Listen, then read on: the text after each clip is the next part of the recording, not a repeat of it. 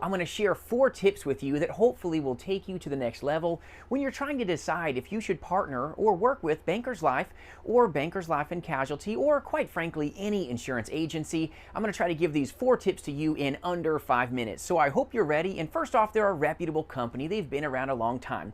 But these tips are going to give you the transparency that you need to hopefully take it to the next level. So first off, tip number 1, you want to understand, what does the culture look like? The key to feeling comfortable in a very uncomfortable business is culture. What does the work family look like? Don't listen to a recruiter. Get real answers from top producers, real agents that are really in the trenches of this industry. So my advice to you, tip number 1, get a good understanding of what the culture's like by coming to any office that they have, hanging out, getting to know the agents. Go buy some top agents some dinner, some lunch, and learn from them. You'll learn so much more from top producers than you ever will from a recruiter. It's really important, and this holds true to any agency on the planet. These tips will help you. So understand the culture, get around good agents, listen to them dial, go for a ride along, get around real producers. It'll make you hopefully more profitable, and understand what the culture really looks like. You'll feel more comfortable when you're hanging with some good people. It can be potentially your new work family.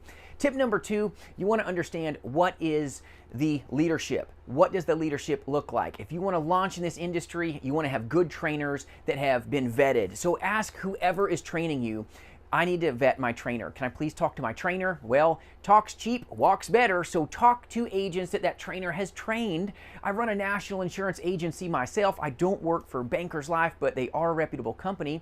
Look at my playlist, the agent interviews and testimonials. You can hear from agents that partner and work here what we do. You can see the success. You can see the reality of what the industry looks like. That's why it's so important to vet your trainer.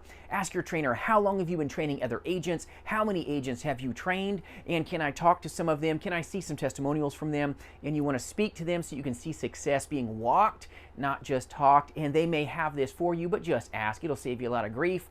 So you also want to ask about leads, though. Leads are important too. Are you going to get old leads, new leads? And this is like segueing into the second, tip with you. But understand, you want to know what the leads are going to look like. Are they exclusive? Are they aged? Are they 3 years old, 5 years old? Does everybody touch them like the Village Bicycle? Just find out. You may get maybe direct mail leads that are only yours. You won't know until you ask.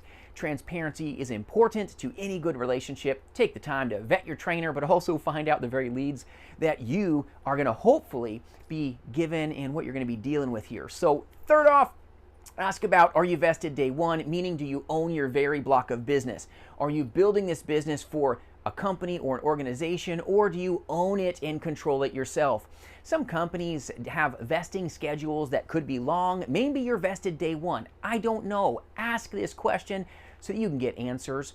90% of the agent force will fail, and if you're doing all this work, you want to make sure that you're building this block of business for you. So it's important that you know if your business is vested day 1, meaning if you ever leave them, you keep getting paid, or does somebody else get paid? Get this knowledge. Knowledge is power. Are you vested day 1? And then ask them, or any organization, this holds true to any organization, these tips that I'm sharing with you, ask if there is a non-solicitation policy, meaning you can't solicit anyone that you wrote a policy with if you use that company or any company that utilizes a non-solicitation policy. So let's say you sold your mom a policy and then you left any particular company, and then you found a policy that was cheaper, better for your mama. Well, if there's a non-solicitation agreement in place, you can't go sell your mama a better policy. Are you kidding me? Well, if a company has a non-solicitation agreement, just find out. It's not a problem, but you want to understand these things. So tip number 3, is there a vesting schedule? Is there a non-solicitation agreement? Just ask these questions. And if things didn't work out, do you still get paid your renewals, or is there a period of time that you have to wait? Or maybe you don't wait at all. They maybe will pay you. Maybe they'll pay you right away if you're vested day 1. But if you're not, have that knowledge. It is power. Fourth off, find about compensation. How much do they pay you in compensation? Crazy important. Get a professional second opinion. Call an agency like mine at jasonfinalexpense.com. Compare compensation. Compare training. Compensation is important, but turnkey systems can take you far. So your ability to capitalize on that compensation is crazy valuable. But get a second opinion. Talk to another couple agencies, just like going on a couple dates before you put the old ring on the finger and say I do. A little due diligence diligence will help you in a big way. They're a reputable company, but do these couple steps and maybe they may be a good fit for you, but at least you know with eyes wide open you can commit. Belief is the backbone of this industry, but commitment will hopefully help you capitalize. We'll see you soon. I appreciate you.